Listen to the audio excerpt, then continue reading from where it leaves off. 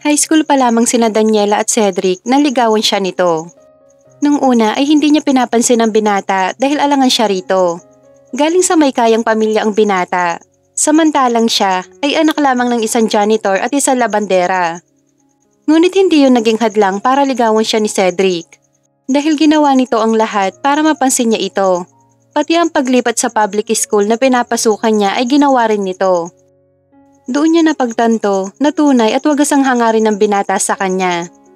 Kaya wala nang dahilan pa para pahirapan niya ito. Bago ang kanilang graduation ay sinagot na niya ang binata na labis nitong kinatuwa. Hinding-hindi ka magsisisi, Daniela, na sinagot mo ako. Mahal na mahal kita. Turan nito sa kanya.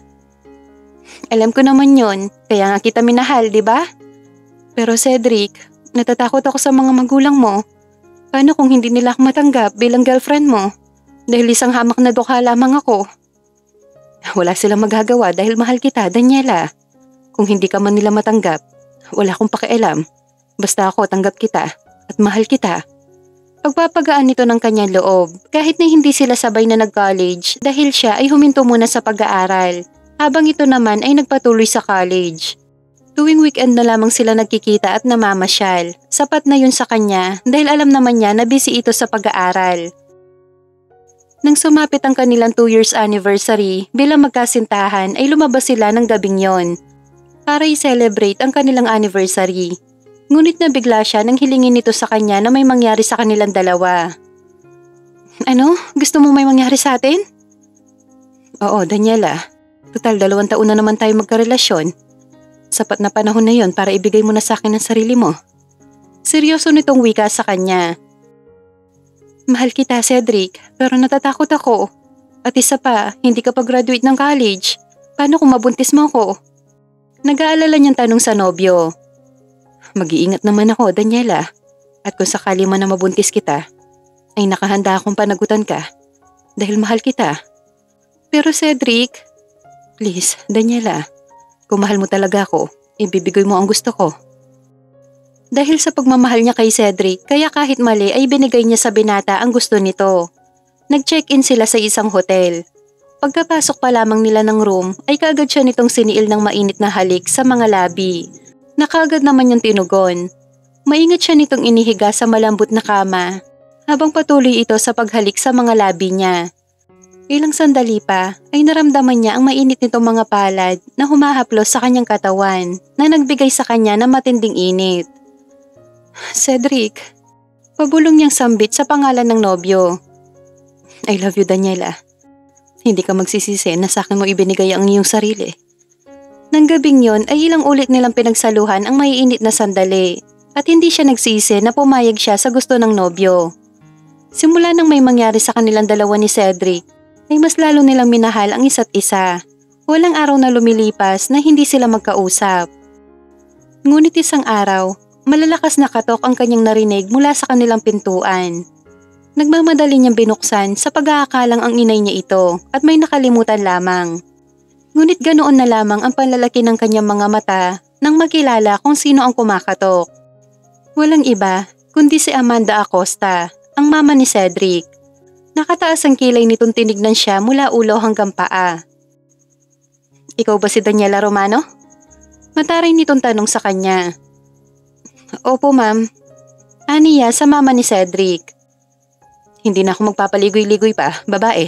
Layuan mo ang anak ko. Mawalang galang na, Mrs. Acosta. Mahal ko po si Cedric at ganun din po siya sa akin. Ipaglalaban ko ang pagmamahal ko sa kanya. Matapang niyang sagot sa ginang. Mas lalo lamang tumaas ang kilay nito sa kanya at sinuyod ang kanyang kabuuan maging ang kanilang maliit na bahay. Wala akong pakialam kung nagmamahalan man kayong dalawa. Ang sinasabi ko, layuan mo ang anak ko dahil hindi ikaw ang babaeng nararapat sa kanya. Pasensya na po, ngunit hindi ko po yun magagawa. Kung wala na po kayong sasabihin pa, maaari na po kayong umalis. Nagulat na lamang siya nang bigla siya nitong sampalin ng malakas na kinatabingi ng kanyang muka. Nasapo na lamang niya ang mukhang sinampal nito. Wala kang karapatan na pagmalakihan ako, babaeng squatter. Ang kapal mong pagmalakihan ako, mahirap pa kayong pamilya sa daga. Hindi ko po kayo pinagmamalakihan, ma'am. Sinasabi ko lamang po ang totoo. Wala kayong karapatan na insultuhin ang pagkatao namin Dahil hindi niyo po kami pinapakain. Hindi na niya napigilan pa ang sarili na sagutin ito dahil dinadamay na nito ang kanyang mga magulang. Eto ang tatandaan mong babae ka. Sa oras na hindi yung palalayuan ng anak ko, ay makikita mo kung paano ako magalit.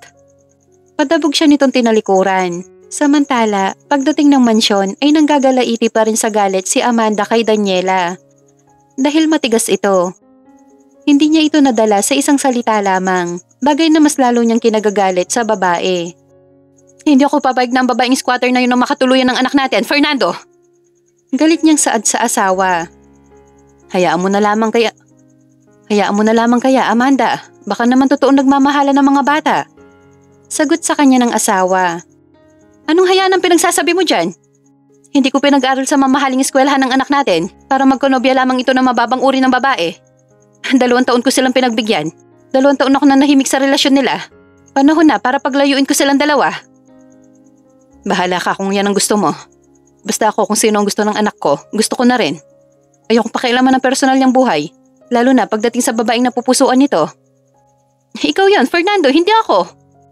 Samantala, araw na linggo, nagsimba muna silang dalawa ni Cedric bago na masyal. Nang mapagod silang mamasyal, ay nagyaya ito sa bahay ng kaibigan nito. Ang akala niya ay may ibang tao doon maliban sa kanilang dalawa. Bakit ang tahimik dito, Cedric? Nasaan ang mga tao? Nagtataka niyang tanong sa nobyo. Wala. Nasa bakasyon ng magkapatid, kaya pinahiram muna sa akin itong bahay nila para dito tayo mapagsolo. Saka siya nito kinindatan. Naupo ito sa mahabang sofa habang siya ay nakatayo pa rin. Nagulat na lamang siya nang hilain siya nito dahilan para mapaupo sa mga hita nito. Cedric! I miss you, Daniela. Bulong nito sa kanya na nagdulot ng kiliti. Ilang sandali pa ay naramdaman na niya ang mainit nitong mga labi na humahalik sa kanyang batok. Dahilan para mapasinghap siya. Cedric, ano bang ginagawa mo? Nauutal niyang tanong sa binata. Miss na kita, Daniela. Gusto kong maramdaman ang init ng katawan mo. Muling bulong nito sa kanya. Simula ng unang beses na may nangyari sa kanila, ilang buwan na ang nakakalipas ay hindi na ulit nangyari yon. Kaya naman nagulat siya sa sinabing yun sa kanya ng binata. Pero Cedric, hindi... Naputo lang nais niyang sabihin nang basta na lamang nitong sakupin ang mga labi niya. Kahit ayaw ng isip niya, ngunit gusto naman ng katawan niya ang nangyayari sa kanilang dalawa. Wala siya nagawa kundi ang magpaubaya na lamang sa binata. Nakahiga sila ngayon sa mahabang sofa habang magkayakap. May sasabihin pala ako sa iyo, Cedric, tungkol sa mama mo. Basag niya sa katahimikang namamayani sa kanilang dalawa. Anong tungkol kay mama? Pinuntahan niya ako sa bahay namin at sinabi niya layuan kita. Cedric, anong gagawin natin? Ayaw niya sa akin para sa'yo. Natatakot ako na baka paglayuin niya tayong dalawa. Shh, huwag ka matakot, Daniela. Mahal kita. At walang sino man na makakapaghiwalay sa atin dalawa. Yan ang pangako ko sa'yo, mahal. Dahil sa sinabing yun sa kanya ni Cedric, ay napanatag ang kanyang kalooban dahil mahal siya nito at ipaglalaban siya sa mga magulang nito. Makalipas ang ilang linggo ay nagising na lamang siya na nagduduwal. Dali-dali siya tumakbo ng banyo. Paglabas niya ng banyo ay seryoso nakatingin sa kanya ang kanyang inay. Buntis ka ba, anak? Wika nito sa kanya na kinagulat niya. Hindi po, Nay. Saka bakit naman po ako mabubuntis? Magsabi ka nga sa akin ng totoo. May nangyayari na ba sa inyo ni Cedric? Bigla siya natahimik sa tanong na yon sa kanya ng inay niya. Hindi niya alam kung anong isasagot rito. Sumagot ka, tinatanong kita! Alam niyang galit na ang kanyang inay dahil mataas na ang boses nito at kita na ang mga ugat nito sa liig. Naiiyak na lumapit siya rito at lumuhod sa harapan nito. Patawarin mo po ako, Nay, kung sinuway ko ang gusto niyo. Kung naging marupok ako. Umiiyak niyang wika rito. Tumayo ka na dyan, Daniela. Hindi ako galit sa'yo. Pero sigurado ka ba na pananagutan ka ni Cedric? Opo, Nay, dahil mahal niya ako. Mabuti akong ganon. Sa linggo, gusto namin siya makausap ng itay mo, dito mismo sa bahay. Opo, Nay, sasabihin ko sa kanya. Nang sumapit nga ang linggo pagkatapos nila magsimba, ay sinama niya sa bahay nila si Cedric. Alam mo ba, iho, kung bakit gusto ka namin makausap? Seryosong wika ng inay niya. Hindi po, tita. Ano po ba ang pag-uusapan natin? Buntis si Daniela at kailangan mo siyang panagutan. Ang ngiti na niya ang nagsabi. Baka sa mukha nito ang pagkagulat. Ngunit makalipas ang ilang saglit ay unti-unti itong lumiwanag. Totoo, Daniela? Buntis ka? Magiging ama na ako? Nakangiti nitong tanong sa kanya. Oo, Cedric. Buntis ako. Sa gulat niya ay bigla na lamang siya nitong niyakap ng mahigpit bago pinaghahalikan sa pisngi niya. Salamat, Daniela. Hindi mo lang alam kung gaano mo ako napasaya. Mahal na mahal kita. Wika sa kanya ni Cedric na labis niyang kinatuwa. Nagkasundo nga ang mga magulang niya at si Cedric na mamamanhikan ng mga ito sa susunod na araw para may takda na kaagad ang kanilang kasal. Samantala, kinagabihan, sa bahay ng mga Acosta ay masinsinan na kinausap ni Cedric ang kanyang mga magulang. Pa, ma, may gusto sana akong sabihin sa inyo at tiyak kong matutuwa kayo. Kinakabahan niyang panimula sa mga magulang. Talaga anak? Ano yon? Nakataas kilay na tura ng kanyang mama. Buntis po si Daniela. Magiging daddy na ako at magkakaroon na kayo ng apo. Nakangiti niyang sabi sa mama at papa niya. Kung ang kanyang ama ay natuwa, kabalik na rin naman ang kanyang mama. Hindi ako makakapayag na ang babae niyo na magdala ng apo ko. Sigaw nito sa kanya. Wala na kayong magagawa, ma, dahil buntis na si Daniela at magpapakasal na kaming dalawa. Ano ka mo? Magpapakasal na kayo ng babaeng squatter na yon? Oo, mama, at walang makakapigil sa akin. Hindi ako papayag na ang babaeng yun na maging asawa mo. Hindi mo siya pakakasalan at yun ang masusunod. Matigas nitong wika. Hindi ma, mahal ko si Daniela. Pananagutan ko siya sa ayaw at gusto nyo. Sige, gawin mo. Pero sa oras na pinakasalan mo siya, ay wag na wag mo siyang dadalhin dito. Wag ka na rin umasa pa na may mana ka makukuha sa amin. Yun lamang, mabilis siya nitong tinalikuran. Ma, please, wag mo naman gawin sa akin to. Turan niya ngunit hindi siya nito pinansin. Bagkus nagtuloy-tuloy lamang ito sa pag-akyat. Naihilamos na lamang niya ang kanyang dalawang palad sa sariling muka. Hayaan mo muna ang mama mo, baka nagulat lamang yon. Wika naman ng kanyang ama. Sana nga papa, mabuti ka pa, naintindihan mo ko at tanggap mo kaagad si Daniela. Samantalang si mama, hindi ko alam kung paano ko siya mapapapayag sa bagay na to. Intindihan mo na lamang ang mama mo, Cedric. Hayaan mo, kakausapin ko siya. Nayakap na lamang niya ang kanyang ama. Nang sumapit ang araw ng pamamanhikan, ay tanging ang papa lamang niya ang maisasama niya sa bahay ng mga Romano. Ang kanyang mama ay hindi bumaba ng kwarto. Gusto sana niya itong puntahan at kausapin, ngunit pinigilan siya ng kanyang ama. Hindi ka sasama, Fernando! Malakas nitong boses at base sa boses nito ay halatang galit ito. Sasamahan ko si Cedric. Nakakahiya naman sa magiging balain natin kung mag-isa lamang pupunta doon ng anak natin. Hayaan mo siya dahil matigas ang ulo niya. Hindi ka sasama sa anak mo dahil oras na sumama ka sa kanya, kayong dalawang lalayas dito. Amanda naman. Sige pa, ayos lang sa akin. Sundin mo na lamang po si mama, baka magalit pa siya sa inyo. Pero paano ka, Cedric? Nag-aalalang tanong nito sa kanya. Kaya ko po to. Tinapik niya sa balikat ang kanyang papa bago nag-umpisang humakbang. Ngunit muli nagsalita ang kanyang ina. Sa oras na lumabas ka ng pintuang yan, Cedric, ay hindi ka na makakapasok sa pamamahay kong to. Mama naman. Pinili mo ang Daniela na yon. Pwes matuto kang mamuhay katulad nila. Dahil simula ngayon, wala na akong anak at hindi mo na kami mga magulang. Amanda, ano ba sinasabi mo sa anak mo? Ginusto niya to, Fernando. Kaya matuto siyang panindigan yon. Pero okay lang pa, naintindihan ko ang mama. Putol niya sa sasabihin pa sana nito.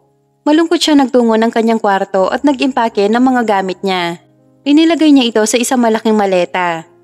Samantala, kinakabahan na si Daniela dahil isang oras na ang nakakalipas ngunit wala pa rin si Cedric. Ang daming tumatakbo sa isipan niya at natatakot siya dahil baka nga nagbago na ang isip nito.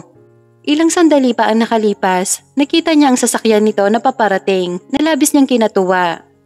Masaya niya itong sinalubong ng isang mahigpit na yakap. Salamat at dumating ka, Cedric. Ang akala ko'y nagbago na ang isip mo. Salamat dahil hindi mo kami tinalikuran ng anak mo. Hinding-hindi ko kayo tatalikuran, Daniela, dahil mahal ko kayo ng anak natin.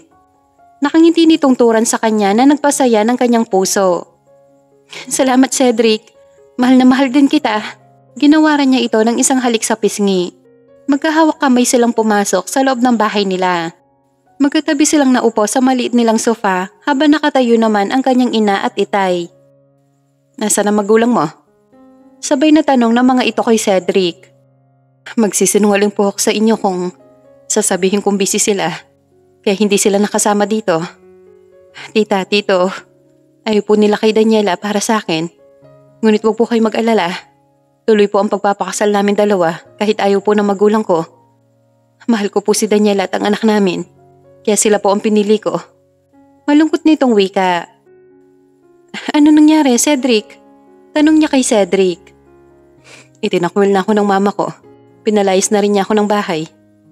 Ano? Pero bakit? Dahil ikaw at ang anak natin ang pinili ko.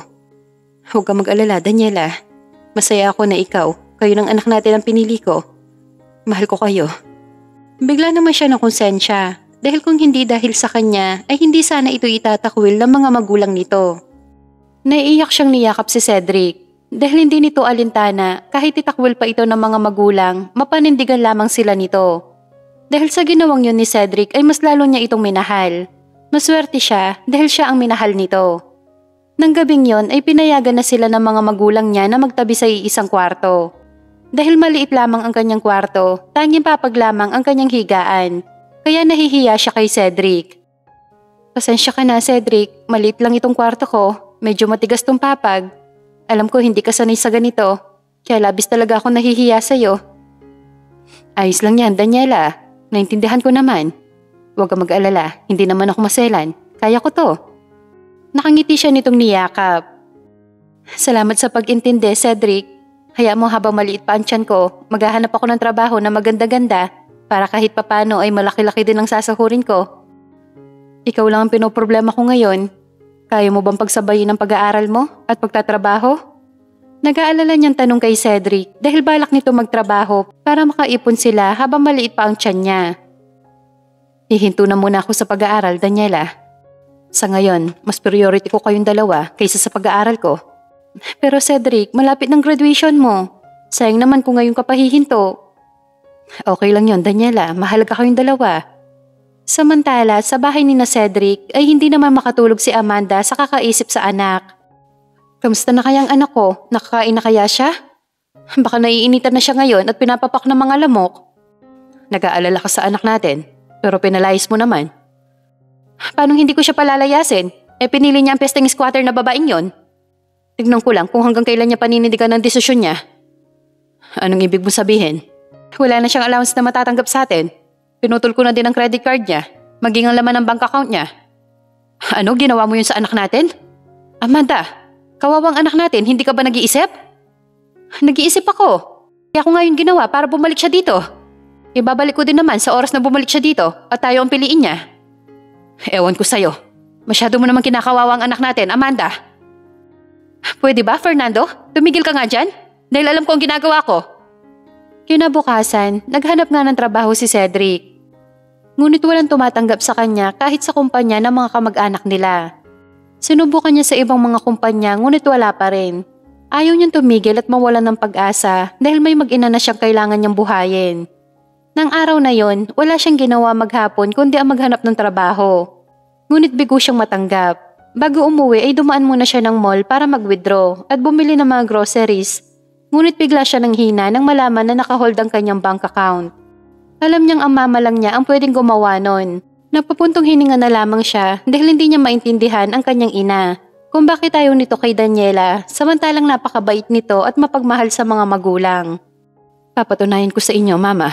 Nakaya ko to, basta kasama ko si Daniela at ang anak namin. Bulong niya sa kanyang sarili. Upang magkapera ay kinailangan niyang ibenta ang kotse niya sa kaibigan niya si Alex. Salamat, Alex. Wala yung bro.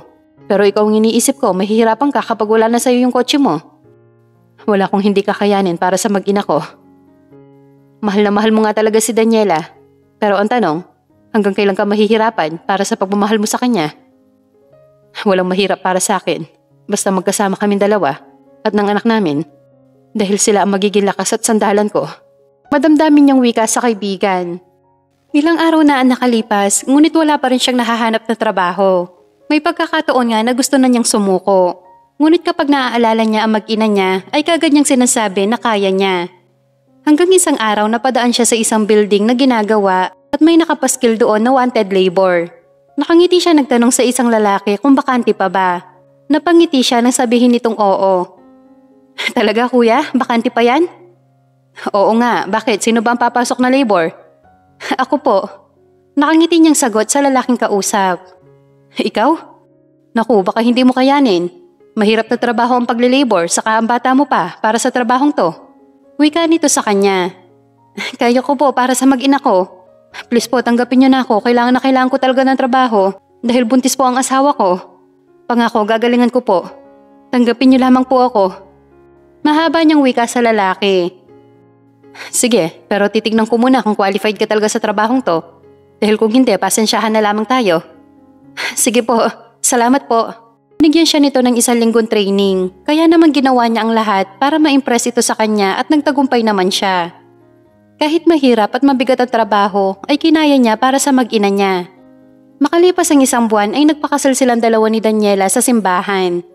Isang simpleng kasal lamang yon at konting handaan na sa bahay lamang ng mga ito ginanap.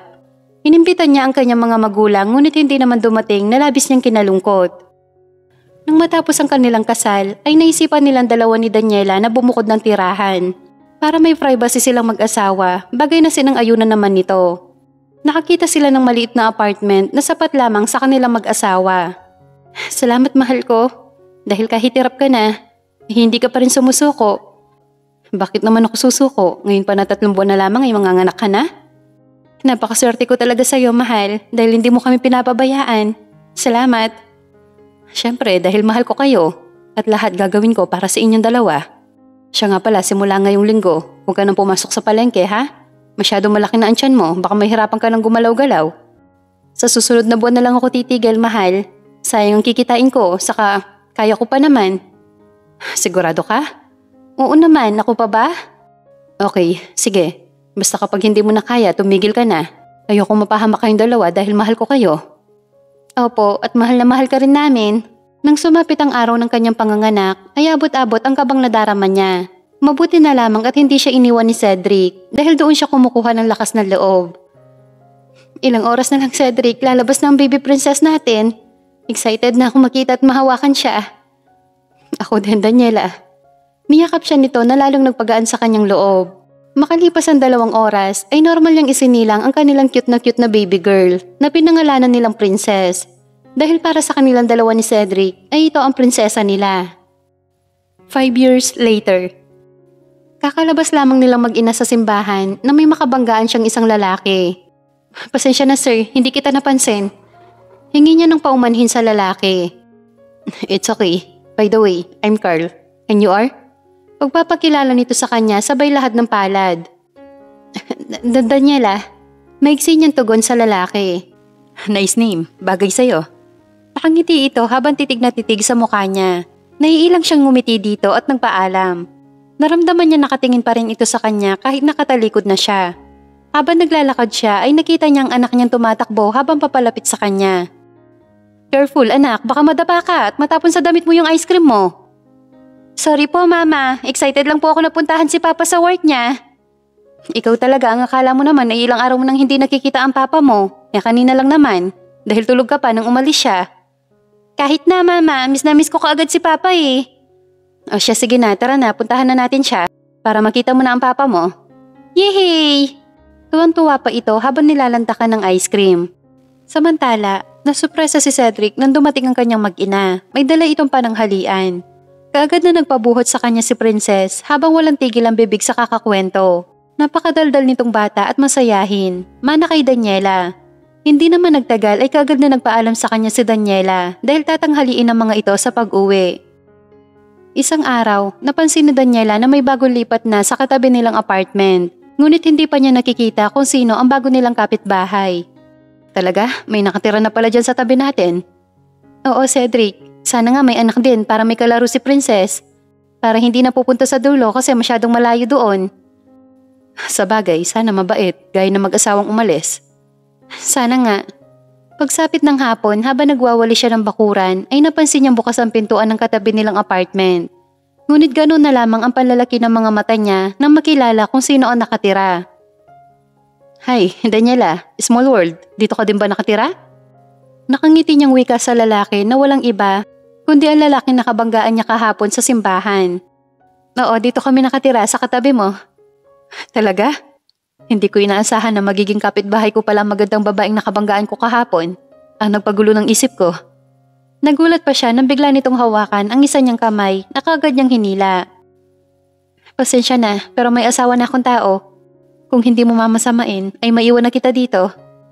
Simula na lumipat sa tabi nila si Carl ay hindi siya komportable sa lalaki dahil pakiramdam niya lagi ito nakatingin sa kanya. At kung minsan ay nararamdaman niyang sinusundan siya nito. Gusto sana niyang sabihin ang bagay na yun kay Cedric, ngunit ayaw niya mag-alala ito sa kanya kaya pinili na lamang niyang sarilinin ang bagay na yon. Samantala, habang break time sa trabaho si Cedric ay naisipan niyang tawagin si Daniela. Ngunit pag open niya ng message niya ay may natanggap siyang message galing sa isang taong hindi niya kilala. Pinuksan niya ang message at ganoon na lamang ang pagkabigla niya na makita ang mga pictures. Yun si Daniela na may kasamang lalaki. Hindi lang isang picture kundi marami at may video pang kasama na kuha sa simbahan. Ang panghuli ay message galing sa nagpadala ng mga pictures at video. May lalaki ang asawa mo, niloloko ka niya. Habang ikaw ay nagpapakahirap sa pagtatrabaho, siya naman ay nagpapakasaya sa piling ng iba lalaki. Naikuyom na lamang niya ang dalawang kamao at galit na umuwi ng bahay. Pagdating niya ng bahay nila ay naabutan niya naglalaro sa maliit nilang sala si Princess. Nagulat pa ito nang makita siya. Papa! Tawag nito sa kanya sabay patakbong yumakap sa kanya. Ang mama mo nasaan? Kalmado niyang tanong sa anak niya. Nasa kwarto po, nagtutupi po ng mga damit. Papa, tapos na po ba kayo mag-work? Bakit ang aga niyo pong umuwi? Oo anak, medyo masama kasi ang pakiramdam ng papa. Dito ka muna ha, pupuntahan ko lang ang mama mo sa kwarto. Hinalikan pa niya ito sa pisngi bago iniwan sa sala. Pagpasok niya ng kwarto nila ay nakita niyang abala sa pagtutupi ng mga damit si Daniela. Ngumiti ito sa kanya na makita siya nakatayo sa bungad ng pintuan. Bakit ang aga mong umuwi ngayon, Cedric? May problema ba? May masakit ba sa'yo? Nag-aalala itong lumapit sa kanya at hinawakan ang mukha niya. Mahal mo pa ba ako, Daniela? Sa halip na kumprontahin niya ito ay yun lamang ang lumabas sa kanyang bibig. Anong klaseng tanong yan? Siyempre mahal na mahal kita.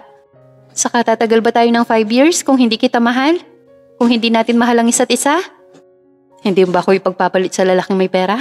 Sa lalaking magandang manamit? Hindi, dahil ikaw lang ang nag-iisa lalaking mahal ko at mamahalin ko hanggang sa pagtanda ko. Saka kung yaman at pananamit lang ay talong-talong mo sila. Pero hindi na ako ang dating Cedric na una mong nakilala. Ako na ngayon ang bagong Cedric na simple lang. At kayong dalawa ni Princess ang kayamanan ko ngayon. Alam mo Cedric, sa totoo lang, mas gusto ko ang bagong Cedric ngayon kaysa sa Cedric noon. Kasi ang Cedric ngayon ay simple lang, yan ang dahilan kaya mas lalo kitang minahal. I love you. Dahil sa mga sinabi ni Daniela ay nawala ang pagdududa niya rito. Dahil ramdam niyang totoo ang bawat mga katagang binibitawan nito sa kanya. Mahal din kita, Daniela. Hindi ko kakayanin kapag nawala ka sa akin. Ginawaran niya ito ng mainit na halik sa mga labi na kagad naman itong tinugon. Dahilan para mabuhay ang pagnanasa niya sa asawa. Ang simpleng halik na yon ay naging mapusok hanggang sa naging mapaghanap. Pinagapang niya ang dalawa niyang mga palad para sambahin ang mayamang dibdib ng asawa na kinaliyad nito. Ilang sandali pa ay sinandal niya ito sa saradong pintuan habang magkahinang pa rin ang mga labi nila. Mabilis niyang nahubad ang pangibaba nitong saplot at tinungo ng palad niya ang kanyang pakay sa asawa. Na mas lalong nagpatindi ng init ng kanyang katawan at alam niyang ganoon din ito. Ilang ulit niyang sinamba ang kariktan nito bago niya ito inangkin ng buong pagmamahal. Akin ka lang, Daniela. Walang pwede makialam sa pag-aari ko. Hinihingal niyang bulong rito bago muling inangkin ang mga labi nitong kinababaliwan niya kahit noong high school pa lamang sila. Oo, Cedric, sayong-sayo lang ako. Pabulong nitong sagot sa kanya. Inisip na lamang ni Cedric na mga sandaling yon na walang dahilan para pagdudahan niya si Daniela. Marahil nagtitrip lamang ang taong nagpadala sa kanya ng mga pictures at video. Mahal niya si Daniela at mahal siya nito. May tiwala siya rito. Alam niyang hinding-hindi siya nito lolokohin. Samantala, nakita ni Fernando ang mga larawan ni Daniela at Carl sa kama nilang mag-asawa. Anong ibig sabihin nito, Amanda? Mataas ang boses na tanong niya kay Amanda. Obvious ba? May iba lalaki si Daniela. Niloloko niya ang anak natin. Hindi yan magagawa ni Daniela kay Cedric. Umamin ka nga sa akin? Anong binabalak mo kay Daniela? Pwede ba, Fernando? Huwag ka nga masyado magtiwala sa Daniela na yon. Dahil alam ko may kating tinatago yun sa katawan niya. Bulyaw niya sa asawa. Kilala kita, Amanda. Alam ko may binabalak ka. Amanda naman, 5 taon na nakakalipas. Hanggang ngayon pa rin ba? Ay hindi mo pa rin matanggap si Daniela bilang manugang mo? Hindi. Hindi ko siya matatanggap para sa anak ko. Siya ang dahilan kaya iniwan tayo ni Cedric. Siya ang dahilan kaya pinapalit tayo ng anak natin sa kanya. Sapat na ang 5 taong pananahimik ko. Panahon na para bawiin ko ang anak natin sa babaeng squatter na yon. Pero Amanda, may anak na sila. Nagmamahalan silang dalawa. Huwag mo sirain ang masaya nilang pamilya. Tumigil ka nga, Fernando. Palibhasa, katulad ka din ni Daniela na isang tukha. Kaya iisa lang ang likaw ng mga bituka nyo. Bigla naman natahimik si Fernando sa sinabing yun ni Amanda. Tama naman ito. Isa din siyang dukha na binihisan nito at pinakasalan. Ngayon, asawa na niya ito. Ngunit ni minsan, hindi nito binibigyan ng halaga ang kanyang opinyon. Wala siyang karapatan na magsalita sa bahay na yon dahil tanging asawa lamang at ama ni Cedric ang papel niya sa buhay nito. Samantala, na mga sumunod na araw ay hindi na pinapansin ni Cedric ang taong nagpapadala sa kanya ng mga larawan ni Daniela kasama ang lalaking hindi niya kilala. May tiwala siya sa kanyang asawa. Alam niyang hindi siya nito lolokohin. Nang sumapit ang pasukan ay hatid sundo ni Daniela ang anak na si Princess. Isang umaga, kakauwi lamang niya galing paghatid kay Princess nang may kumatok sa pintuan. Mabilis niya itong binuksan sa pag-aakalang ang inay niya ito. Ngunit ganoon na lamang ang pagkagulat niya nang makita si Carl. Carl, ikaw pala. Nauutal niyang sabi sa lalaki. Relax ka lang, Daniela. Hindi mo kailangang matakot sa akin. Kaibigan ako, hindi ka away. Hindi ako natatakot sa'yo. Ayoko lang na mapagchismisan ng mga kapitbahay ko dito. Kung wala ka nang sasabihin, makakaalis ka na. Busy ako. Pagtataboy niya kay Carl. Nandito lang naman ako para iabot sa'yo itong peace offering ko. Inabot nito sa kanya ang isang Tupperware na may lamang ulam. Nag-aalangan siya kung tatanggapin ba ito o hindi. Sige na, tanggapin mo na. Ayoko lang na may kapitbahay akong hindi ko kasundo dito. Wala siya nagawa kundi ang tanggapin ang peace offering nito. Ngunit nang hahawakan na sana niya ito ay bigla na lamang itong bumagsak sa sahig. Dahilan para magkalat yon at pagtingin niya kay Carl ay nadumihan ang suot nitong polo shirt. Oops, natapon. Nakangising wika nito sa kanya. Sa gulat niya ay bigla na lamang nitong hinubad ang suot na polo shirt. Teka Carl, bakit mo hinubad ang suot mo? Nabasa saka malagkit. Umalis ka na, ako nang bahala magligpit dito. Muling pagtataboy niya rito. Ngunit muli siya nagulat nang bigla na lamang siya nitong yakapin na siya naman pagbukas ng pintuan. Ang mama ni Cedric at masama ang tingin pinupukol nito sa kanya. Alandi mong babae ka! Sigaw nito sa kanya. Mabilis niyang naitulak si Carl at hinarap ang mama ni Cedric. Walang ibig sabihin ng nakita niyo, mama. Huwag mo akong tawagan, mama. Malandi kang babae. Makate! Ma, magpapaliwanag po ako. Ngunit hindi siya nito pinakinggan. Bagkus kinuha nito ang cellphone at may tinawagan. Sino pong tatawagan niyo? Kinakabahan niyang tanong sa matanda. Tatawagan ko ang anak ko para malaman niya kung anong klaseng babaeng pinagmamalaki niya sa amin. Galit nitong turan habang masama ang tingin pinupukol nito sa kanya. Wala kayong karapatan na husgahan ako dahil hindi niyo ako kilala. Wala akong masamang ginagawa. Galit din niyang turan kay Amanda. Hindi siya papayag na husgahan siya nito at tapak-tapakan ang pagkatao niya. Mahal niya si Cedric, hindi niya ito magagawang lokohin. Mali ang iniisip ng mama nito tungkol sa kanilang dalawa ni Carl. Samantala, nang matapos ang trabaho, ay kaagad na umuwi ng bahay si Cedric. Hindi na muna siya dumaan ng minimart para bilhan ng pasalubong ang kanyang mag-ina. Medyo masama kasi ang kanyang pakiramdam, nararamdaman niya na parang lalagnatin siya. Malayo pa lamang siya ay kaagad niyang napansin ang isang puting sasakyan. Alam niyang sa mama niya yon. Nagtataka lamang siya dahil simula nang tinakwil siya nito ay hindi na siya nito kinakausap. Tapos ngayon makikita niyang nasa harap ng inuupahan nilang apartment ang kotse nito. Bigla siya napangiti at naisip niyang baka napatawad na siya ng kanyang ina. Kaya nandito ito ngayon sa bahay nila. Binilisan niya ang paglalakad at ubod ng saya na pumasok sa loob ng bahay nila. Ngunit kaagad na nabura ang ngiting yon nang maabutan niyang nagtatalo ang kanyang mama at si Daniela. Ano nangyari dito? Mama, bakit kayo nandito? Bakit niyo inaaway ang asawa ko? Nandito ako para sana tanggapin na sa pamilya natin si Daniela, pero iba ang naabutan ko. Anong sinasabi niyo? Anong naabutan? Naguguluhan siyang napatingin sa dalawang babae. Cedric, please, kung ano man ang sasabihin ng mama mo, huwag ka maniwala sa kanya dahil hindi totoo yun. Nakikiusap na wika sa kanya ni Daniela. Bakit, Daniela? Ano ba nangyayari dito? Sa kasino naman siya? Baling niya sa lalaking nakatayo malapit kay Daniela. Siya ang lalaki na magaling mong asawa, Cedric. Naabutan ko silang magkayakap dito mismo sa pamamahay niyo. Ano? Hindi totoo ang sinasabi ng mama mo. Hindi ko lalaki si Carl. Siya ang kapitbahay natin. Alam ng Diyos na hindi kita magagawa lokohin dahil mahal na mahal kita. Naiiyak niyang sabi kay Cedric dahil napansin niya ang masamang tingin nito kay Carl. Huwag kang maniwala sa babaeng yan, Cedric. May matinubang babae ang makikipagyakap pa sa lalaking walang suot na damit at silang dalawa lang nandito sa bahay na to? Siyempre wala. Halos dumagungdong na sa buong apartment nila ang boses ng mama ni Cedric. Totoo ba ang sinasabi ni mama? Kaya ka mo ang lalaking yan dito mismo sa bahay natin? Bigla ang paggapang ng takot sa kanyang puso ng mga sandaling yon. Natatakot siya na baka paniwalaan ni Cedric ang mama nito kaysa sa kanya na asawa nito. Hindi totoo ang sinasabi ng mama mo. Natapon kasi yung ulam na dala ni Carl tapos nagulat na lamang ako nang bigla niya akong yakapin. Pero maniwala ka sa akin, Cedric. Wala kaming ginagawang masama. Hindi ko siya lalaki. Pagtatanggol niya sa kanyang sarili dahil yun naman ang totoo. Sinungaling. Pwede ba, Daniela? Huwag mong gawin tangang anak ko. Ang kapal na mukha mo lokohin ng anak ko? Sabi ko na nga ba, ang katulad mong babae hindi pwedeng pagkatiwalaan. Ma, tama na. Mahal ko si Daniela. Alam kong hindi niya ako lolokohin at naniniwala ako sa kanya. Kung nandito lang kayo, mama, para siraan lang ang asawa ko, ay mas mabuti pang umalis na lamang kayo.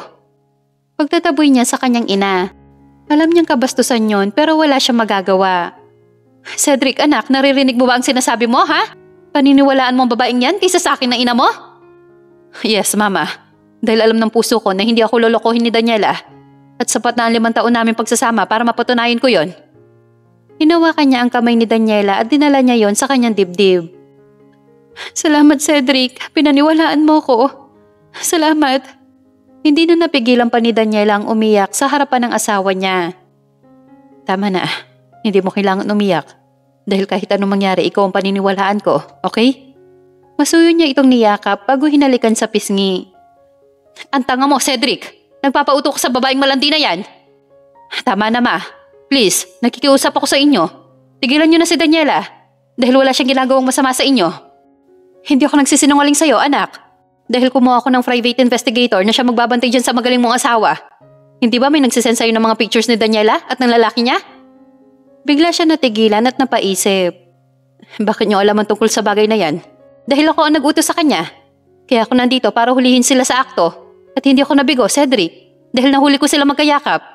Kung hindi ka naniniwala sa akin, itong video na to ang magpapatunay na ako ang nagsasabi ng totoo at nagsisinungaling ang magaling mong asawa.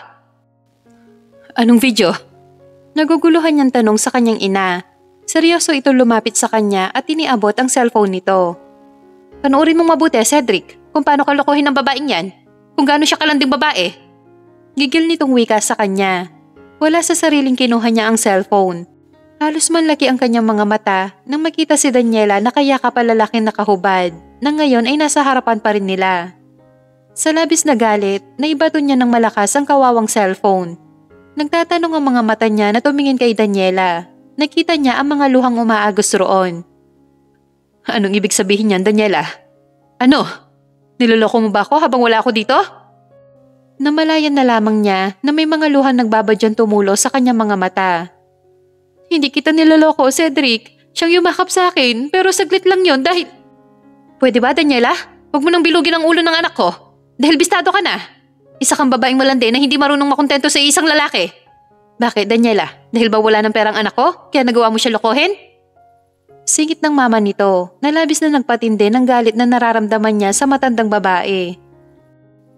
Alam ng Diyos na hindi ko niloloko ang anak ninyo dahil mahal na mahal ko siya. Pagtatanggol niya sa kanyang sarili sa mama nito. Oh, talaga, Daniela? Tama na, ma. Umalis na kayo. Pagod ako. Gusto kong magpahinga. Pagtataboy niya sa kanyang mama, hindi na niya hinintay pang makasagot ito. Kagad na siya naglakad papuntang kwarto nila. Narinig niyo ang sinabi ng asawa ko. Umalis na kayo. Galit niyang pagtataboy kay Amanda bago hinarap si Carl at ubod ng lakas niya itong sinampal.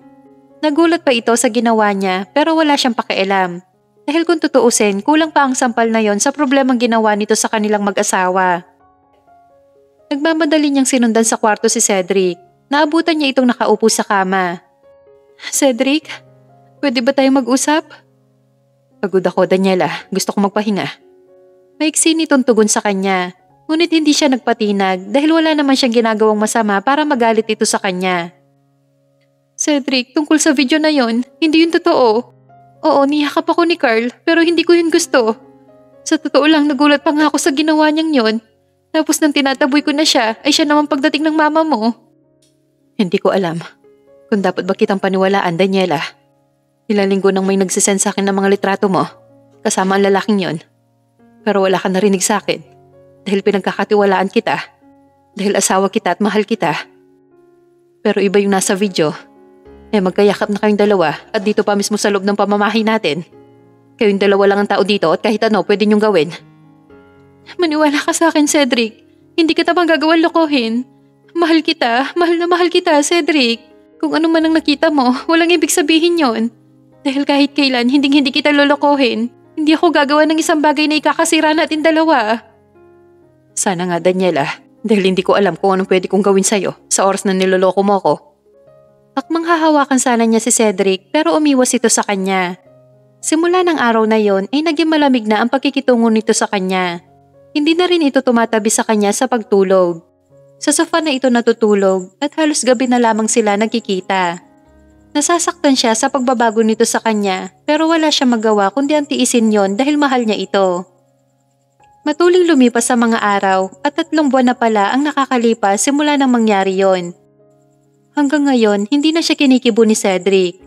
Aalis ito ng maaga at uuwi ng gabi. Kapag kumakain sila sa gabi, ay tanging si Princess lamang ang kinakausap nito. 3 buwan na rin silang hindi nagtatabi sa pagtulog. Namimiss na niya ang masaya nilang relasyon. Namimiss na niya ang malambing na si Cedric. Araw ng Sabado, walang pasok sa trabaho si Cedric. Nagulat pa siya nang maabutan nito sa kwarto na nag-iempake ng mga gamit nito. Aalis ka? Kinakabahan niyang tanong kay Cedric. Wala nang patutunguhan ng pagsasama natin, Daniela. Kaya mas mabuting maghiwalay na lamang tayo. Seryoso nitong wika sa kanya na labis niyang kinagulat. Ano? Nakikipaghiwalay ka sa akin? Pero bakit? Malalim itong bumuntong hininga bago siya hinarap. Kinakabahan si Daniela na hinawakan ng kamay ni Cedric bago naupo sa tabi nito. Alam ng Diyos kung gaano kita kamahal, Daniela.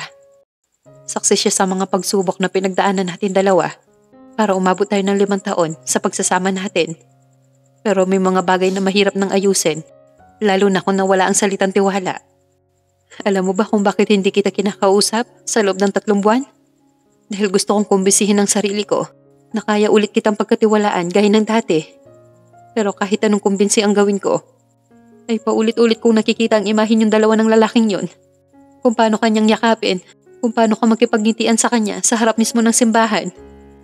Daniela, ang hirap-hirap, nasasaktan ako. Pero pinili ko pa rin manatili dito dahil sa pagmamahal ko sa'yo. Ngunit napag-isip-isip ko nitong mga nakarang araw na wala nang patutunguhan ng pagsasama nating to. Kaya mas mabuting maghiwalay na lamang tayong dalawa. Para sa ikakatahimik at ikakasaya nating pareho to, Daniela. Binibigay ko na sa'yo ang kalayaan mo. Malaya ka nang mahalin siya. Hindi, Cedric. Hindi ako papayag na maghiwalay tayong dalawa. Mahal kita at mahal mo rin ako, di ba? Pakiusap, Cedric, ayusin natin ang problemang to. Gusto mo hindi na ako lalabas ng bahay para hindi mo na kailangan mag-isip ng kung ano-ano? Ayokong masira ang pagsasama natin dalawa, Cedric. Dahil si Princess ang unang-unang masasaktan at tayong dalawa. Alam ko kaya pa natin tong ayusin. Kaya ayusin na natin. Kung gusto mo, pumunta tayo sa lugar na malayo dito. Sa lugar na malayo sa mama mo at magsimula ulit tayo. Sorry, Daniela. Pero nakapagdesisyon na ako. At tungkol naman kay Princess. Gusto kong mapunta sa akin ng pangangalaga niya. May sapat akong kakayahan para buhayin ang anak natin at ibigay ang mga pangangailangan niya. Sa ngayon, hahayaan ko muna siya sa'yo para makasama mo siya. Ngunit sa pagbalik ko dito ay isasama ko na siya. Tumayo ito at tinuloy ang pag-iimpake. Nang matapos itong mag-impake ay kagad nitong binuhat ang bag at naglakad palabas ng kwarto. Cedric, saan ka pupunta? Cedric, bumalik ka dito! Sigaw niya sa pangalan nito habang hilam ng mga luha ang kanyang mga mata. Hindi siya makapaniwala na mauuwi sila sa hiwalayan dahil lamang sa kasinungalingan ng ina nito. Mabilis siyang tumayo at hinabol si Cedric. Ngunit nakasakay na ito ng taxi. Wala siyang nagawa kundi ang umiyak ng umiyak sa kalsada. Wala siyang pakialam kung pagtitinginan na siya ng mga tao roon. Daig pa niya ang namatayan ng mga oras na yon, kaya bakit siya mahihiyang umiyak? Nasa kalagitnaan ng pag-iyak si Daniela nang may mga kamay na humawak sa kanya. Sa pag-aakala niyang si Cedric yon ay kaagad niya itong nilingon. Ngunit nadismaya siya nang makita ang mukha ni Carl. Nababaka sa mukha nito ang pag-aalala sa kanya. Mabilis na tumayo si Daniela. Ubod ng lakas na sinampal si Carl. Ang kapal-kapal na mukha mo para magpakita pa sa akin? Ano Carl, masaya ka na ba? Dahil napaghiwalay mo na kaming dalawa ni Cedric? Bakit Carl? Bakit ka nagkipagsabuatan kay Ma'am Amanda? Bakit? I'm sorry Daniela, hindi ko sinasadya. Aaminin ko, nung una dahil sa pera nasilaw ako sa laki ng halaga na ino-offer niya sa akin. Pero nang nakilala kita, nagbago ang lahat. Mahal kita Daniela, kaya gusto ko maghiwalay kayong dalawa. Sorry, hindi ko napigilan ng sarili ko na mahalin ka. Kung ayaw na sa'yo ni Cedric, nandito ako. Mamahalin kita ng higit pa sa pagmamahal niya. Lalayo tayo sa lugar na to. Sasama tayo ng masaya na walang biyan na nahahadlang sa atin. Mapakla siyang ngumiti kay Carl bago ito tinignan ng nakakamatay. Sa tingin mo ba, Carl? Pagkatapos ng ginawa mo sa akin, magagawa kita mahalin? Hindi. Dahil isang lalaki lang ang mahal ko at walang iba kundi si Cedric. Si Cedric lang ang nagmamayari ng puso kong to at hindi mo siya dito mapapalitan. Patakbo niya itong iniwanan. Dali-daling umuwi ng bahay nila. Pagkapasok niya ay umiyak siya ng umiyak hanggang sa wala ng luhang gustong umago sa kanyang mga mata. Nang maalala niya ang sinabi ni Cedric na kukunin nito si Princess, ay bigla ang paggapang ng kaba sa puso niya. Hindi siya papayag na mawala sa kanya si Princess dahil si Princess na lang ang mayroon siya ngayon. Tumayo si Daniela at nagtungo ng kwarto. Buo na ang kanyang desisyon. Lalayo sila mag-ina. Pupunta sila sa malayong-malayong lugar. Sa lugar na malayo kay Cedric at sa ina nitong bruha. Bitbit ang mga gamit ay nagtungo siya ng school ni Princess. Nagulat pa ito na makita na may dala siyang mga bag. Saan tayo pupunta, Mama? Sa malayong lugar, anak. Huwag ka mag-alala, hindi kita pababayaan. Mamahalin kita sa abot na makakaya ko. Habang sakay sila ng bus, ay tinext niya ang kanyang inay at titay para magpaalam. Bagamat hindi niya sinabi ang dahilan, alam niyang naiintindihan siya ng mga ito. Malungkot siyang tumanaw sa kalsada. Hindi niya napigilan ng umiyak. Talaga, Mama? Babalik na tayo ng Maynila? Oo, anak. Kaya mag-impake ka na ng mga gamit mo, okay? Kita niya sa mga mata ni Princess kung gaano ito kasaya ngayon. Dahil sa sinabi niyang babalik na sila ng Maynila. 3 taon din silang nanirahan dito sa Albay. Naisip ni Daniela na panahon na para bumalik sila ng syudad. Simula nang lisanin nilang mag-ina ang Maynila, ay last year lamang siya nakasagap ng balita tungkol kay Cedric. Ikakasal na ito sa anak ng business partner nito. Nasaktan siya dahil wala na ang kasal nila. Hindi na sila mag-asawa dahil pinagpalit na siya nito sa ibang babae. 7 buwan din siya nagmukmok at ngayon handa na siya magpakita sa mga ito. Lalong-lalo na sa mama nito na sumira sa relasyon nilang mag-asawa.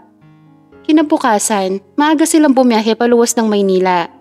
Excited na silang mag-ina sa kanilang pagbabalik syudad. Maging ang mga magulang niya ay labis din ng saya. Makalipas sa mahabang biyahe ay nakarating din sila ng terminal ng Pasay. Nagpalinga-linga siya sa paligid at hindi naman nagtagal ay nakita niya ang kanyang hinahanap. Patakbo silang sinalubong ng kanyang inay at titay at ginawaran na mahigpit na yakap. Samantala, habang abala si Cedric sa kanyang laptop ay may kumatok. Ang sekretary niya ito. Sir, nasa baba po si Miss Nancy. Gusto daw niya kayong makausap. Pagbibigay alam nito sa kanya. Si Nancy ay anak ng isang business partner nila. Malaki ang pagkakagusto nito sa kanya. Bukod doon ay boto din sa babae ang kanyang mama. Maganda si Nancy. Sosyal itong manamit ngunit hindi niya ito type. Idagdag pang wala pa siyang balak na mag-asawa ulit. Hindi nga niya alam kung bakit pinagkakalat ng kanyang ina na ikakasal na silang dalawa ni Nancy. Minsan nga ay naiinis na siya sa kanyang ina dahil pinangungunahan nito ang mga desisyon niya lalo na sa usaping pag-aasawa. Napukaw ang malalim niyang pag-iisip na muli magsalita ang kanyang sekretary. Sabihin mo umalis ako at hindi mo alam kung kailan ako babalik. Sige sir. Nang makalabas ang babae ay napatingin siya sa laptop kung saan naroon ang masaya nila mga litrato ni Daniela. Asan ka na ba, Daniela? Bakit ayaw mo pa rin magpakita sa akin?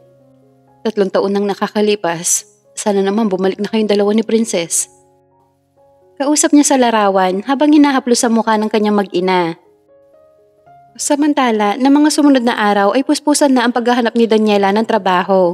Kailangan niya kasi ng trabaho para makatulong sa gastusin nila.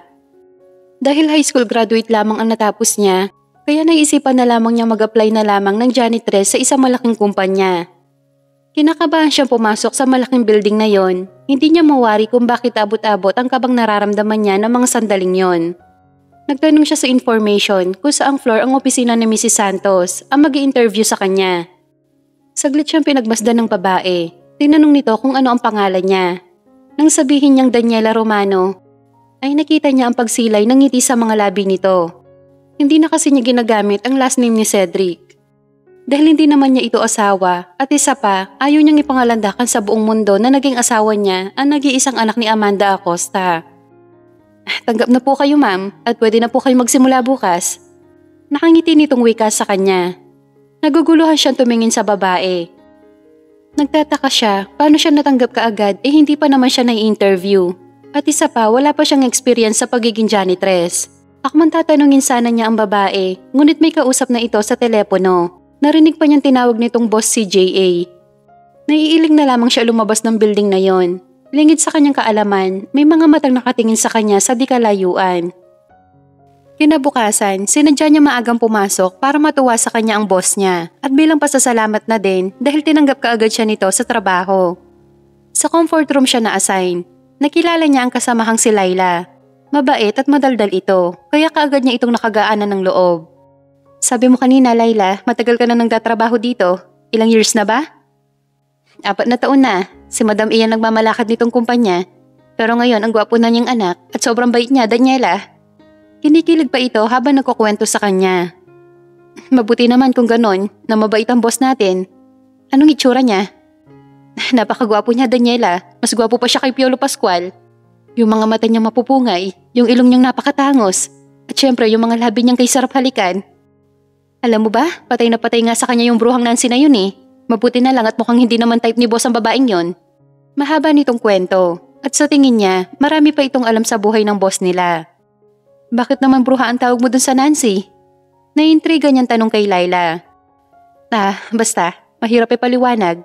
Pero para siya linta kung makadikit kay boss, kahit alam naman niya na ayaw nito sa kanya. Ang pagkakaalam ko kasi, dating may asawa itong si boss. Hanggang ngayon ay hindi pa rin niya nakikita ang mag-ina niya. Minsan nga nakikita naming malungkot yon. Kaso itong si Madam A, pinagpipilitan niya kay boss itong si bruhang Nancy. Bigla siya natahimik, naalala niya si Cedric. Bigla siya napatanong sa kanyang sarili kung hinahanap kaya sila ni Cedric o tuluyan na sila nitong kinalimutan. Uy, bakit natahimik ka dyan? May nasabi ba akong na hindi mo nagustuhan? Wala, Laila. May naalala lang ako na isang taong malapit sa akin. Sana kagaya siya ng boss natin. Sana hinahanap din niya kami mag-ina niya. Malay mo naman, di ba? Habang abala sila sa paglilinis, ay nilapitan sila ng isa nilang kasamahan at sinabi nitong sa opisina ng boss nila siya maglilinis. Ha? Ako ang maglilinis ng opisina ng boss natin? Oo, ikaw. Mataray na tugon sa kanya ng babae. Sige, pupunta na agad ako doon. Salamat. Bilisan mo, huwag kang kukupad-kupad. Nang makaalis ang babae ay nagkatingin na lamang silang dalawa ni Laila. Pagpasensyahan mo na yang si Melba, masama talaga ugali niyan at laging bugnutin. Okay lang, Laila. Sige, doon na muna ako maglilinis. Mahirap na, baka mapagalitan pa ako kapag hindi ka agad ako nakaakyat doon. Sige, mag-iingat ka ha. Huwag kang kabahan, mabait si boss. Wika nito sa kanya. Pagkarating niya ng 4th floor, kung saan ang opisina ng boss nila ay kaagad siyang kumatok. Ngunit wala naman nagbubukas sa kanya. Nang pihitin niya ang doorknob ay hindi naman ito nakalak. Akmang aalis na lamang siya nang mula sa loob ay may boses na lalaki na nagsalita. Hindi niya alam kung nabingi lamang ba siya o tama ang narinig niya sa boses nito. Bigla siyang kinabahan ng mga sandaling yon. Wala sa loob na pumasok siya sa opisina ng boss nila. Nakaupo ang lalaki habang nakatalikod sa kanya. Hindi niya maintindihan ang kanyang sarili kung bakit abot-abot ang kabang nararamdaman niya ng mga sandaling yon. Tatayo ka na lang ba dyan? O maglilinis ka na? Familiar ang boses nito sa kanya at hindi siya maaaring magkamali kung kaninong boses ang naririnig niya ng mga sandaling yon. Cedric? Mahina niyang sambit sa pangalan ng dating asawa. Sapat na yon upang marinig ng lalaking nakatalikod sa kanya. Kamuntikan pang tumalon ng puso niya nang humarap ito sa kanya. Tama nga siya ng hula dahil kaharap niya ng mga sandaling yon ang dating asawa. Long time no see, Daniela. Seryoso nitong wika sa kanya. Ikaw ang boss ko? Nauutal niyang tanong sa lalaki. Yes, it's me, my dear wife. Nakangisi nitong sagot sa kanya. Kung ganon, ayoko na dito, magre-resign na ako. Actually, yun talaga ang balak ko. Ang tanggalin ka sa pagiging janitress mo. Dahil may ibang trabaho naghihintay sa'yo, Daniela. Ano naman yon? Ang maging asawa ko. Walang kaabog-abog nitong sabi sa kanya na kinapulan ng mukha niya. Hindi niya maiwasan na pagmasdan si Cedric. Sa tingin niya, mas lalo itong gumwapo. Kaya nga nito napangasawa ang anak ng business partner nito sa negosyo. Wala sa loob na napabuntong hininga siya. Hindi niya maiwasang maisip na baka may mga anak na ito sa bago nitong asawa ngayon. Hey, nanahimik ka, Daniela. Untag sa kanya ni Cedric, kamuntikan pa siyang mapatili nang hawakan nito ang kamay niya. At aaminin niya na hanggang ngayon, mahal pa rin niya ito. Dahil kamay pa lamang niya ang hinahawakan nito, ay nagwawala na ang kanyang puso. Paano pa kapag hinalikan na siya nito, baka mawala na siya sa kanyang sarili. Mabilis niyang winaksi ang kamay nito nakahawak sa kanya. Huwag mo akong hahawakan. Bakit? Dahil ba may asawa ka na ngayon? Dahil ba sa Carl na yon? Madilim ang mukha nitong tanong sa kanya. Hindi ko alam ang sinasabi mo. At saka huwag mong isali dito sa usapan si Carl dahil wala siyang kinalaman dito. Oh, really, Daniela? Wala nga ba talaga? Sa pagkakaalala ko kasi, siya ang dahilan kaya naghiwalay tayong dalawa. Kung hindi siya pumasok sa buhay natin, di sana masaya pa rin tayo nagsasama ngayon. Di sana buong pamilya pa rin tayo hanggang ngayon. Marahil nga may kasalanan dito si Carl, pero hindi siya ang nag-umpisa. Dahil ang totoong punot dulo dito ay walang iba kundi ang magaling mong ina. Akala niya nakalimutan na niya ang masakit ng nakaraan na yon. Ngunit hindi pa pala. Dahil muling nagbalik ang lahat na makaharap niya si Cedric. Pakiramdam niya parang kahapon lamang nangyari ang lahat. Tama ka. Ang mama ko nga may kasalanan ng lahat. Pero may kasalanan ka din, Daniela. Dahil basta ka na lamang umalis at tinakas mo ang anak natin. Dahil yun ang tama kong gawin, Cedric. Dahil kung hindi ko yun gagawin, kukunin mo siya sa akin. At yun ang hindi ko hahayaan. Nawala ka na nga sa akin, pati ba naman si Princess? Nakaisa-isang taon nag-uugnay sa atin dalawa? Sisihin mo man ako ay wala na. Dahil tapos na, nangyari na. At ngayon na may mga sarili na tayong buhay na tinatahak, siguro maging masaya na lamang tayo para sa isa't isa. Hindi ako magiging masaya, Daniela, hanggat hindi kita nakakasamang muli. Alam mo ba na binalikan ko kayo ng araw na yon? Ngunit wala na kayo sa bahay. Halos mabaliw ako sa kakahanap sa inyo. At walang makapagsabi sa akin kung nasaan kayo, kahit ang mga magulang mo. Nagulat siya sa sinabing yun sa kanya ni Cedric. Walang nababanggit sa kanya ang mga magulang niya tungkol kay Cedric. Binalikan mo kami? Oo, Daniela, binalikan ko kayo. Ngunit wala na, iniwan niyo na ako. Halos mabaliw ako sa kakahanap sa inyo. Walang araw na hindi ko kayo hinanap. Nag-hire ako ng private investigator. Ganun na lamang ang tuwa ko na matagpuan niya kayo. Napakasaya ko ngayon, Daniela, dahil bumalik ka na. Walang araw na hindi ko pinagdarasal na sana bumalik na kayo sa akin. Na sana mabuo ulit tayo bilang isang pamilya. Mahal na mahal pa rin kita, Daniela. Parang hinaplos ang kanyang puso sa mga nalaman mula kay Cedric. Lalo na nang sabihin nitong mahal na mahal pa rin siya nito. Para sa kanya, napakasarap nun sa pakiramdam. Pero ano pang saysay ng pagmamahal nito kung nakatali na naman ito sa ibang babae? Masaya akong malaman na binalikan mo kami, Cedric. Pero hindi na natin pwedeng ibalikan dati. May taon na tayong masasaktan. Ayoko makasakit ng damdamin. Si Carl ba ang dahilan kaya ayaw mo sa akin, ha, Daniela? Nakita niya ang puot sa mga mata nito. Huwag mong idamay dito si Carl dahil labas siya sa usaping ito. Tapos na ang pag-uusap natin to, Cedric. Siguro magturingan na lamang tayong amo at empleyado dahil yun na tayo ngayon. Nagmamadali siya naglakad palapit ng pintuan. Ngunit sa gulat niya ay bigla na lamang siya nitong hinila at basta na lamang siniil ng mga halik sa labi. Aaminin niyang namiss niya ang mga halik nito at yun ang kahinaan niya. Kahit noong mga high school pa sila. Mapusok, puno ng pananabik ang mga halik nitong binibigay sa kanya. Ayaw man ang isip niya na tugunin iyon, ngunit gusto naman ng katawan niya. Namalayan na lamang niya ang kanyang sarili na tinutugon ang mga halik ni Cedric. Miss na kita, Daniela. Hinihingal nitong bulong sa kanya nang bitawan nito ang mga labi niya. Akmang magsasalita sana siya nang muli nitong siilin ng mga halik ang labi niya at sa pagkakataong yon mas mapusok, mas nagliliyab dahilan para mabuhay ang init ng kanilang mga katawan. Namalayan na lamang niya na nahubad na pala nito ang suot niyang uniform habang busy na ito sa pagsamba sa kanyang katawan. Walang nagbago kay Cedric. Ito pa rin ang Cedric na minahal niya noon, mapusok pa rin ito pagdating sa sex. At bago pa siya tuluyang mahibang sa kaligayahang pinaparamdam nito sa kanya ngayon, ay kailangan na niya itong putulin bago pa tuluyang magliyab. Malakas na itong tinulak at mabilis na inayos ang suot na uniform na ngayon ay nahubad na. Mali itong ginagawa natin, Cedric. Bago pa tayo tuluyang magkasala, aalis na ako. Paano naging mali, Daniela? Mag-asawa tayong dalawa. Normal lamang gawin natin to. Doon mo gawin sa asawa mo. Sigaw niya kay Cedric. Pagkalabas niya ng opisina ni Cedric ay hindi inaasahan ni Daniela na makikita niya ang taong sumira sa pamilya niya. Akmang iiwasan na sana niya si Amanda nang tawagin siya nito. Akala ko namamalikmata lamang ako. Pero ikaw nga talaga to, Daniela. Nakangiti nitong wika sa kanya. Pwede ba, Ma'am Amanda? Huwag na kayong maging plastic na kunwari mabait kayo sa akin. Dahil hindi naman totoo yan. Alam ko, Daniela, na may kasalanan ako sa'yo. At pinagsisihan ko na ang mga nagawa ko noon sa'yo. Oo, hindi kita gusto para sa anak ko. Pero nung nawala kayo mag-ina, doon ko lamang napagtanto kung gaano ka kamahal ni Cedric. Patawarin mo ako, Daniela, kung pilit ko kayong pinaghiwalay. Kung kinailangan kitang sirain sa anak ko. Huwag ka mag-alala, ngayon na nagbalik ka na. Hindi na ako tututol sa inyong dalawa ni Cedric. Ako na ang nakikiusap sa'yo, bigyan mo pa ng isang pagkakataon ng anak ko. Mahal na mahal ka niya, Daniela. At sa pagkakataong ito ay wala ka nang maririnig sa akin, Daniela. Dahil maluwag na sa puso ko na tanggapin ka sa pamilya namin. Naguguluhan siyang tumingin kay Amanda. Hindi niya alam kung nagsasabi ito ng totoo o pinapasakay lamang siya nito. Kahit ano pa ang sabihin niyo, hindi na kami magkakabalikan ni Cedric. At mas lalong hindi na ako maniniwala sa inyo. Pasensya na, pero kailangan ko pang bumalik sa trabaho ko. Samantala, ang akala ni Cedric ay bumalik si Daniela, ngunit ang mama pala niya ang pumasok.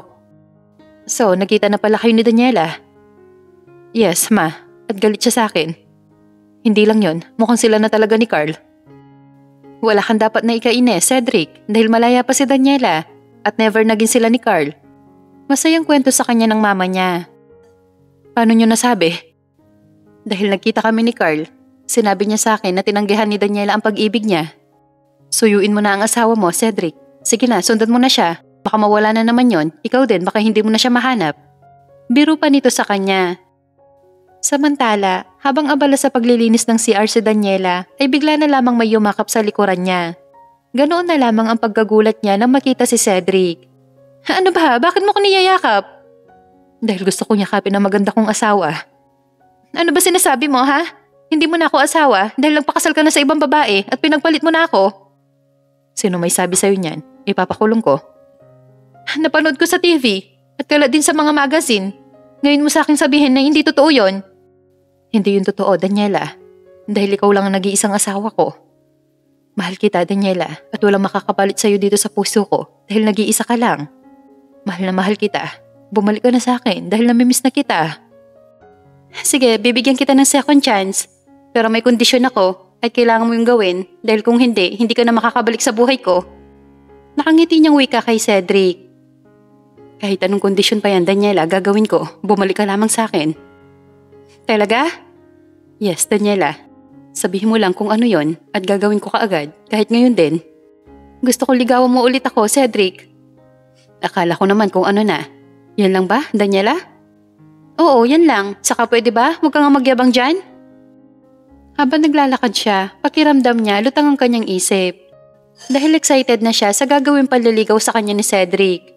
Pagsapit ng uwian, hindi na niya nakita pa si Cedric. Nakaramdam siya ng lungkot dahil akala pa naman niya ay uumpisahan na nitong manligaw sa kanya. Yun pala ay hindi pa. Malungkot siyang umuwi ng bahay. Ngunit pagkapasok pa lamang niya ng kanilang kanto ay puno na ng mga bulaklak ang daanan na labis niyang pinagtaka. At habang naglalakad siya ay isa-isang lumapit sa kanya ang mga tao doon at binibigyan siya ng tig-30 rosas. Bagamat nagtataka siya sa nangyayari ay pinilit na lamang niya ang ngumiti hanggang sa makarating siya ng bahay nila.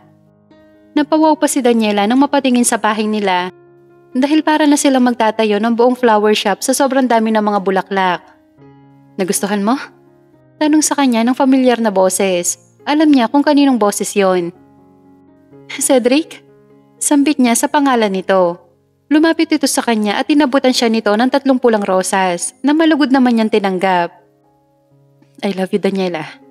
Please, bumalik ka na sa akin. Dahil 3 taon nang nangungulila ang puso ko sa'yo. Kulang ang pagkatao ko kapag hindi kita kasama, Daniela. Please, magsimula ulit tayo ng panibagong chapter ng pag-iibigan natin. At sa pagkakataong to, pinapangako ko sa'yo na wala nang hahadlang pa sa atin dalawa. Naiyak na lamang siya sa harapan ni Cedric. Wala sa loob na niyakap niya ito. Mahal din kita, Cedric. Handa na akong pabalikin ka sa buhay ko. Kung sakali man na may hahadlang ulit sa atin, pangako hindi na ako aalis. Dahil sasamahan na kitang harapin ng pagsubok na ibibigay sa atin ng Panginoon. Sorry kung basta na lamang kitang iniwan. Natakot lang ako na baka kunin mo sa akin si Princess. Kung alam ko lang na babalik ka, hindi na sana kami umalis ng araw na yon. Kalimutan na natin ang mga nangyari noon. Ang mahalaga ay ang ngayon. Magsimula ulit tayo, Daniela. Ikaw, ako, si Princess. At ng mga magiging mga anak pa natin. Tama ka, Cedric. Magsimula ulit tayo ng bagong kabanata ng ating pagmamahalan. Mas matatag at matibay. Nabigla pa siya nang basta na lamang siyang siliin ng mainit na halik sa mga labi ni Cedric. Nakagad naman niyang tinugon. Hindi pa sana maghihiwalay ang kanilang mga labi kung hindi pa nila narinig ang palakpakan ng mga taong nandoon. Kasama ng mga magulang niya at mga magulang ni Cedric. Nang mapatingin siya sa gawin ng mama ni Cedric, ay nakangiti ito sa kanya na kaagad naman niyang ginantihan ng matamis na ngiti. Nagulat pa siya nang hilain siya ni Cedric papuntang sasakyan. Saan tayo pupunta? Tanong niya kay Cedric na makasakay sila ng sasakyan. Sa lugar kung saan tayong dalawa lang ang tao, Daniela. Nakita niya ang pilyo nitong ngiti sa kanya. Ikaw baka may binabalak ka sa akin. Paano kung sabihin ko sa'yong, oo, tatanggihan mo ba ako? Depende. Sisiguraduhin kung hindi mo ako tatanggihan, Daniela. I love you. Mabilis nitong inangkin ang kanyang labi bago buksan ang makina ng sasakyan. Humantong sila sa isang bungalow house. Nagtataka siya na patingin kay Cedric. Kaninong bahay to? Ang ganda. Yan ang bahay natin, Daniela. Dito tayo bubuo ng isang masaya at malaking pamilya. Talaga? Bahay natin yan? Hindi ka nagbibiro? Sa halip na sagutin siya nito ay lumabas ito ng sasakyan at pinagbuksan siya. Akman lalabas na sana siya nang bigla na lamang siyang buhati ni Cedric. Anong ginagawa mo? Ibaba mo nga ako? Hindi siya nito sinagot. Bagus patuloy lamang ito sa paglalakad hanggang sa marating nila ang kwarto. Maingat siya nitong inihiga sa kama at kagad na sinakop ang mga labi niyang nakaawang. Napasinghap na lamang siya sa kapusukan ni Cedric na mga sandaling yon. Alam na niya kung ano ang gusto nitong mangyari sa kanilang dalawa. Buong pagmamahal niyang pinaubaya kay Cedric ang kanyang sarili. Alam niyang yun na ang umpisa ng bagong kabanata ng kanilang pagmamahalan. Naging masaya ang pagsasama nila ni Cedric. Walang oras na hindi nito pinaparamdam sa kanya kung gaano siya nito kamahal. Nalabis na nagpapataba ng kanyang puso. Mabilis na lumipas ang 6 na buwan, nagising na lamang siyang bumabaligtad ang kanyang sikmura at nasusuka. Kagad siya napatingin sa kalendaryo. Ganoon na lamang ang saya niya nang mapagtanto na buntis na siya. Masaya niyang ibinalita kay Cedric na nagdadalang taon na siya. Katulad niya ay sobrang saya din nito. Simula nang malaman nilang buntis siya ay mas dumoble ang pag-aalaga sa kanya ni Cedric. Halos hindi na siya nito pakilusin sa loob ng bahay para lamang masiguro na ligtas sila mag-ina. Maging ang mama nito ay wala nang ginawa kundi ang bantayan ng bawat kilos niya. Doon niya napatunayan na mabait naman pala ito, mapagmahal na ina at ramdam niya na tanggap na siya nito bilang daughter-in-law. Nang dumating ang araw ng kanyang ultrasound ay napag-alaman niyang triplets ang kanyang pinagbubuntis. Kaya pala sobrang laki ng tiyan niya kumpara noon kay Princess. Ang saya-saya nila dahil kagad na dininig ng langit ang kanilang mga dasal. Wala na siya mahihiling pa dahil nasa kanya na ang lahat. Mabait na mga biyenan, mabait na mga magulang, mabait na anak, At syempre, mabait at mapagmahal na asawa. May bonus pa dahil may triplets na parating sa kanilang pamilya.